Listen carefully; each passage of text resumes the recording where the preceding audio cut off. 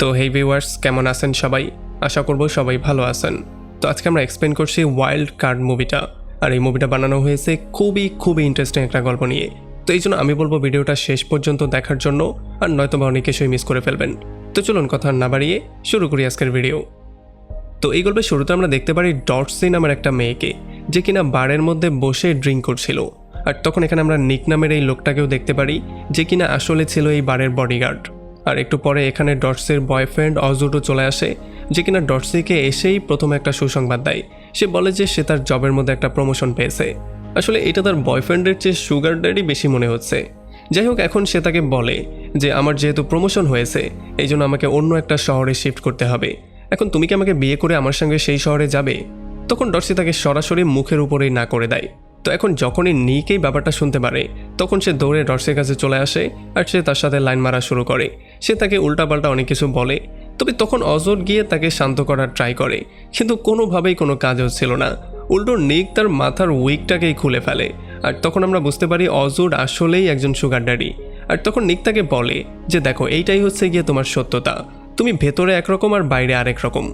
তো যাই হোক, এখন এই সকল গার্লফ্রেন্ড আর বয়ফ্রেন্ড বাইরে চলে আসে, আর নিকও তাদেরকে এগিয়ে দিতে বাইরে চলে আসে। এখন যখনই সে অজুরকে তার সেই উইকটা দিত, তখনই অজুরটা এই সুযোগটা পেয়ে তাকে আচ্ছা রকম ধোলাই করা শুরু করে। তার মুখের মধ্যে সে অনেকগুলো পাঞ্চ করে। আর এই ব্যাপারগুলো দেখার পরে ডটসিও ইমপ্রেস হয়ে যায়, আর ফাইনালি সে তাকে বিয়ে করার জন্য রাজিও হয়ে যায়। মানে আমি বুঝলাম না যে মারামারি করতে পারলেই মেয়েরা কেন ইমপ্রেস হয়ে যায়। আর এরপরে সিন চলে আসে একটা মেয়ের কাছে। আমরা দেখতে পারি এখানে গাড়িতে করে একটা আহত মেয়েকে এনে কিছু লোক রাস্তার মধ্যে ফেলে দিয়ে চলে যায়। আর এরপরে যখন অন্য কিছু লোক এই মেয়েটাকে দেখতে পারে, তখন তারা তাকে দ্রুত হসপিটালে নিয়ে যায়। তবে যখন তার চিকিৎসা করা হচ্ছিল, তখন বারবার করে তার মুখ থেকে নিকের নামটাই বেরোচ্ছিল। এখন নিকের সাথে তার কি সম্পর্ক, সেটা আমরা একটু সামনেই জানবো। আর এদিকে পরদিন সকালবেলা যখন নিক তার অফিসে যায়, তখন সে দেখতে পারে সাইরাস নামের একটা ক্লায়েন্ট অলরেডি তার সঙ্গে মিট করতে এসেছে। আসলে আমরা জানতে পারি সাইরাস হচ্ছে গিয়ে খুবই বড় একজন গ্যাম্বলার। সে চায় নিক যেন তার বডিগার্ড হয় আর তাকে সেফটি দান করে। আসলে যখন সাইরাস বারে বা অন্য কোথাও জুয়া খেলতে যায়, তখন তার প্রচণ্ড ভয় লাগে যে কখন না আবার কে তাকে মেরে ফেলে। এই জন্য সে চায় যাতে করে নিক তার প্রোটেকশন দেয়। যদিও নিক প্রথমে তাকে না করে দেয়, তবে পরে যখন অ্যামাউন্টটা শুনতে পারে, তখন সে আর নাও করতে পারে না। তখন সে তার প্রোটেকশন দেওয়ার জন্য রাজি হয়ে যায়। আর এরপরে যখনই নিক আবারও সেই বারে ব্যাক করে, তখনই তার সঙ্গে মিট করতে অসুর চলে আসে। তবে অসুর এবার তার সাথে মারামারি না করে তাকে গিয়ে জড়িয়ে ধরে। আর তখন এই ব্যাপারটা আমাদের সামনে ক্লিয়ার হয় যে আসলে এই পুরো প্ল্যানিংটা তারা দুজনেই করেছিল। মানে কালকে রাতে যাই হয়েছে, সমস্ত কিছু ছিল তাদের দুজনের প্ল্যান। তারা প্ল্যানিং করেছিল যে কি করে তার গার্লফ্রেন্ডকে বিয়ের জন্য রাজি করাতে পারে। এই জন্য নিক একটু মার খেয়ে তাকে হিরো বানিয়ে দিয়েছে, আর তার গার্লফ্রেন্ড তাকে বিয়ের জন্য রাজিও হয়ে গিয়েছে। এখন যেহেতু অসর প্রচণ্ড হ্যাপি ছিল, এই জন্য সে নিককে $1000 দেওয়া শুরু করে।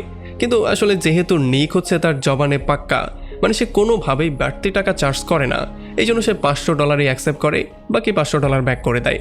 আর এরপরে টাকাটা নিয়ে যখন সে একটা রেস্টুরেন্টে আসে, তখন আমরা দেখতে পারি রেস্টুরেন্টের যেই ওয়েট্রেস আছে, সে তাকে খুবই ভালো করে ওয়েলকাম করে। আর তখন এই ব্যাপারটাও আমরা বুঝতে পারি যে এই ওয়েট্রেসকেও সে খুব ভালো করে চেনে। তো এখানে নিক তাকে বলে যে আমি চাই একটা আইল্যান্ডে গিয়ে খুবই শান্তির একটা লাইফ লিড করতে। এখন এটার জন্য অফকোর্স অনেক বেশি টাকার দরকার, কিন্তু এত টাকা এখন আমার কাছে নেই। আর যখন এই কথাবার্তাগুলোই তারা বলছিল, তখনই এখানে একটা মেসেজ চলে আসে। মানে নিকের একটা ফ্রেন্ড তাকে একটা মেসেজ পাঠায়, যেখানে তার ফ্রেন্ড তাকে তার বাসায় গিয়ে তার সঙ্গে মিট করতে বলেছে। আর যখন মেসেজটা পেয়ে সে তার সাথে মিট করতে তার বাসায় চলে আসে, তখন আমরা দেখতে পারি এই হলি নামের মেয়েটাকে। আর আমরা জানতে পারি এটার অন্য কেউ না, এটা হচ্ছে গিয়ে সেই মেয়েটা যাকে কালকে রাতের বেলায় পিটিয়ে ফেলে রাখা হয়েছিল আর হসপিটালে নিয়ে চিকিৎসা করা হয়েছিল। যাই হোক, এখন হলি তাকে সমস্ত কিছু ডিটেইলে বলা শুরু করে।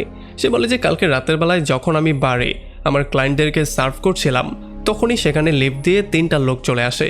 যেখানে খাটো করে যেটা ছিল সেটা ছিল তাদের বস, আর 2টা ছিল তার বডিগার্ড। এখন তারা আমাকে দেখেই পছন্দ করে ফেলে আর আমাকে জোর করে রুমের মধ্যে নিয়ে যায়। এরপর তারা সবাই মিলে আমাকে রেপ করে, আর এরপর আমাকে আচ্ছা রকম ধোলাই করে আমাকে রাস্তার মধ্যে ফেলে দিয়ে চলে যায়। আর এটা শোনার পরে নিক তাকে বলে, আচ্ছা যদি ব্যাপারটা এমনই হয় তাহলে তুমি পুলিশের কাছে যাও। তবে হলি বলে যে আমি তাদের নাম ঠিকানা কিচ্ছু জানি না, এখন আমি কার বিরুদ্ধে গিয়ে রিপোর্ট করব।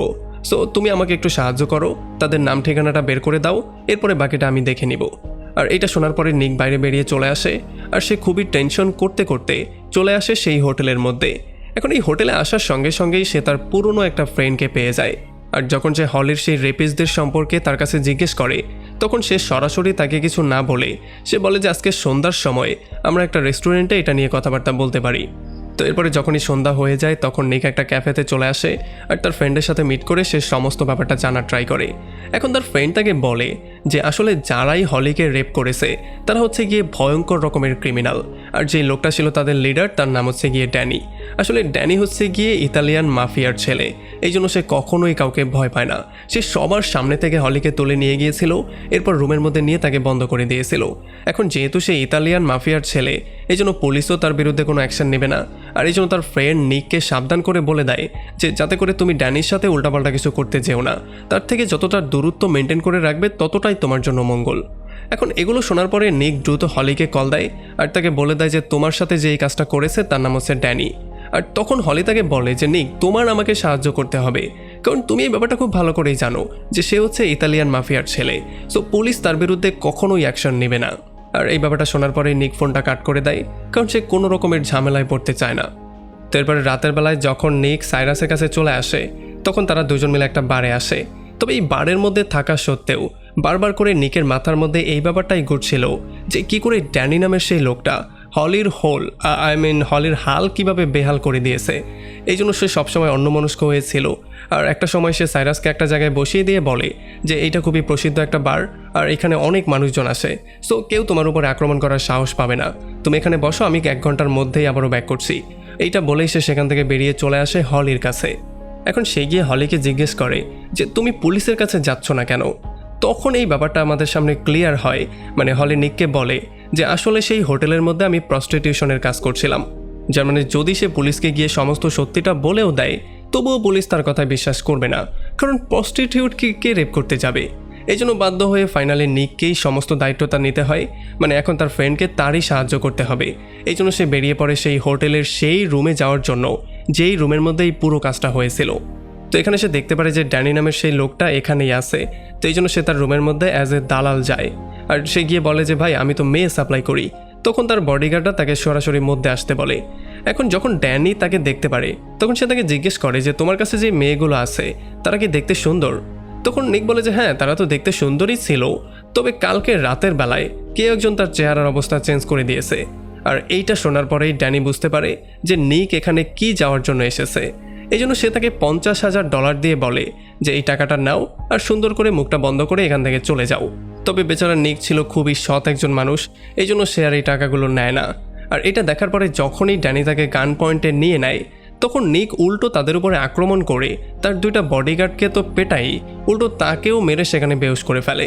আর একটু পরে যখন তারা 3 জনই জ্ঞান ফিরে পায় তখন তারা দেখতে পারে তাদের 3 জনের হাত পাই বাঁধা অবস্থায় আছে।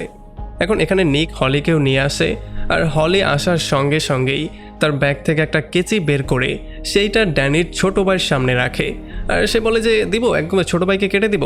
তখন ড্যানি প্রচণ্ড রকমের ভয় পেয়ে যায়। আর এই হলির কথা কি বলবো ভাই, এই রকম মেয়ে কেউ রেপ করে আমি তো এটাই বুঝতে পারি না। যাই হোক এখন সে ড্যানির সাইজটাকে একটু ছোট করে দিয়ে যখন এখান থেকে চলে যাওয়া শুরু করে তখন তার নজরে পড়ে সেই $50,000, এই জন্য সে সেই $50,000ও নিয়ে নেয়। তার পেশাই তো হচ্ছে গিয়ে এইটা।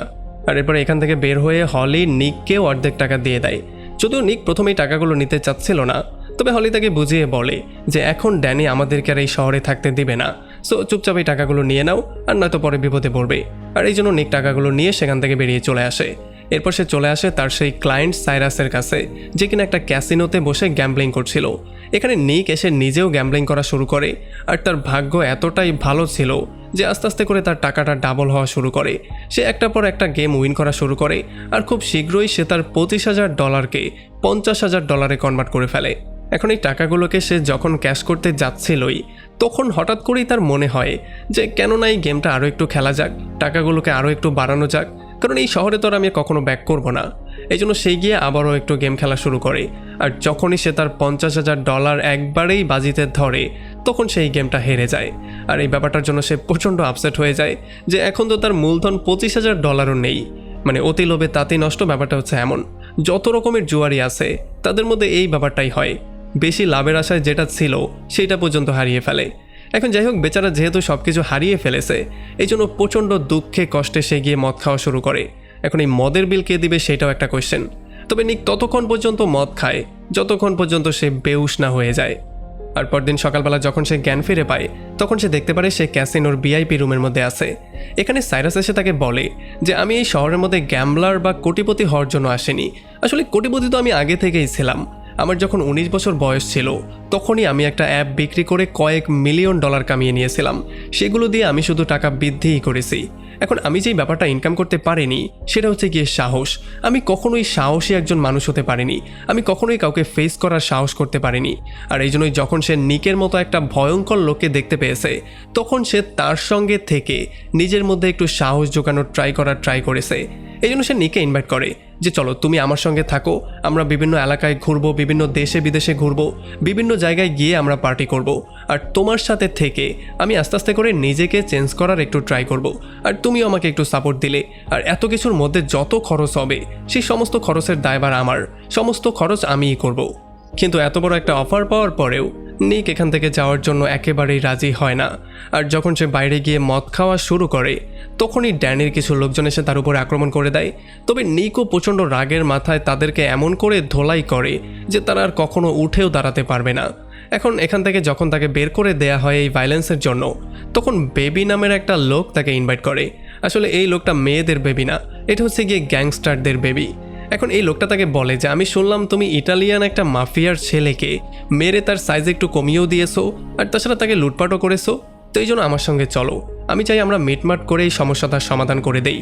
কারণ যতই আমরা দুজন মারামারি করব ততই আমাদের মধ্যে অনেক খুন খারাপি হবে, আমাদের মানুষজনেরই ক্ষতি হবে। আর এই ব্যাপারগুলো শোনার পরে নিক বেবির সাথে চলে আসে আর তারা দুজন মিলে চলে আসে ড্যানির সামনে। এখানে বেবি নিককে একটা কন্ডিশনও দেয় যে যদি আমি তোমাকে দোষী পাই তাহলে আমি তোমাকে শ্যুট করে এখানেই মেরে ফেলবো। তো এখানে যখন বিচার শুরু হয় তখন ড্যানি প্রথমে বলা শুরু করে, সে বলে যে এই লোকটা আমার রুমের মধ্যে লুট করার জন্য ঢুকেছিল, আর এই জন্য সে প্রথমেই আমার 2টা বডিগার্ডকে আচ্ছা রকম ধোলাই করেছে, আমাকেও ধোলাই করে আমার রুম থেকে $50,000 নিয়ে পালিয়ে গেছে। আর এগুলো শোনার পর আমরা বুঝতে পারি যে আসলে ড্যানি তার আসল যেই ম্যাটার সেটা এখানে খোলাসা করছেই না। আর এই ব্যাপারগুলো শোনার পরে নিক তার সামনে 3টা কোয়েশ্চেন রাখে। প্রথম কোয়েশ্চেন ছিল বেবির কাছে। সে বেবিকে জিজ্ঞেস করে যে তুমি তো আমাকে খুব ভালো করেই জানো, যার মানে তুমি এইটাও জানো যে আমার কাউকে মারতে কোনো গানের দরকার পড়ে না। আর 2 নম্বরটা ছিল ড্যানির কাছে। সে ড্যানিকে বলে যদি তুমি সত্যিই বলো তাহলে তোমার প্যান্ট খুলে আমাদেরকে তোমার ছোট ভাইকে দেখাও, দেখি সেটা সঠিক জায়গায় আছে কিনা। আর 3 নম্বর কোয়েশ্চেন ছিল তোমার কাছে, এখনও চ্যানেল সাবস্ক্রাইব কেন করছো না। যাই হোক, এই ব্যাপারটা শোনার পরে ড্যানি ক্লিয়ার হয়ে যায় যে এখন নিক তার সমস্ত সত্যিটা সামনে নিয়ে আসবে। তো এই জন্য সে কিছু না করে চুপচাপ সেখান থেকে বেরিয়ে চলে যায়। আর তার চলে যাওয়ার পরে নিক বেবিকে সমস্ত ব্যাপারটা খোলামেলা করে বলে। আর এগুলো শোনার পরে বেবিও তাকে একটু সতর্ক করে দিয়ে বলে যে একটু সাবধানে থাকার ট্রাই করবে, কারণ ড্যানি কোনো ছোটোখাটো গুন্ডা না, সে কিন্তু ভয়ঙ্কর একজন মাফিয়ার ছেলে। এখন এই কথাগুলোকে শোনার পরে এগুলোকে হজম করার জন্য নিক একটা রেস্টুরেন্টে চলে আসে আর এখানে খাবার দাবার খাওয়া শুরু করে। তবে সে দেখতে পারে এখানে সাইরাস অলরেডি তার জন্য ওয়েট করছিল, যে কিনা প্রথমেই তাকে গুড বাই বলে। আর সে তাকে বলে যে আমি এই শহর ছেড়ে চলে যাচ্ছি, কারণ আমি এই ব্যাপারটা ক্লিয়ার হয়ে গেছি যে প্রত্যেকটা মানুষের মধ্যেই কোনো না কোনো ভয় কাজ করে। এখন এটা বাধ্যতামূলক না যে সবার মধ্য থেকেই সমস্ত ভয়গুলো দূর করা সম্ভব। আমার মধ্যেও যেই ভয়টা আছে সেটা থাকতে দাও, সেটা আমি কখনোই দূর করতে পারবো না, এই জন্যই আমি শহর ছেড়ে চলে যাচ্ছি। তবে এইবার সে তাকে থ্যাঙ্কসও বলে আর সে তাকে একটা আইল্যান্ডের টিকিট দেয় আর $5,000 একটা চেক দেয়। সে বলে যদি তোমার কখনও আমার সাথে মিট করতে ইচ্ছা হয় তাহলে তুমি এই আইল্যান্ডে আসতে পারবে, আর তাছাড়া এই $5,000 দিয়ে তুমি তোমার কয়েকটা দিন আরামসে পার করে দিতে পারবে। তবে যখনই সে এটা হাতে নেয় তখনই এখানে ড্যানি চলে আসে আর সে সঙ্গে করে অনেকগুলো লোকজনও নিয়ে আসে। এগুলো দেখার পরে প্রথমে নিক একটু ভয় পেয়ে পালিয়ে যাওয়ার ট্রাই করলেও একটু পরে সে এটা ক্লিয়ারলি বুঝতে পারে যে এগুলো থেকে সে বেশি দিন পালিয়ে বাঁচতে পারবে না। এই জন্য সে ফাইনালি সিদ্ধান্ত নেয় সে যেই কোনো মূল্যে এবার এই ড্যানির খেলাটা শেষ করবে। এই জন্য সে গিয়ে তাদের উপর আক্রমণ করে দেয় আর এক এক করে তাদের সমস্ত লোকজনকে মারতে মারতে ফাইনালি সে ড্যানিকে গিয়ে ধরে। আর এরপর ফাইনালি সে ড্যানিকে আচ্ছা রকম ধোলাই করে তাকে শেষ পর্যন্ত সেখানেই শেষ করে দেয়। আর এরপর সে সাইরাসের থেকে সেই টিকিট আর টাকাগুলো নিয়ে সেখান থেকে বেরিয়ে পড়ে তার নতুন একটা জীবন শুরু করার জন্য। আর এমন একটা ইন্টারেস্টিং পয়েন্টে এই পুরো মুভিটা এখানে শেষ হয়ে যায়। তো আমাকে কমেন্ট করে জানান কেমন লাগলো ভিডিও। যদি ভালো লাগে তাহলে অবশ্যই একটা লাইক করবেন, আর যদি এখনও আমাদের চ্যানেলটা সাবস্ক্রাইব করে না থাকেন তাহলে প্লিজ করে ফেলুন। তো আমাদের দেখা হবে অন্য কোনো ভিডিওতে অন্য কোনো একদিন। Till then, take care.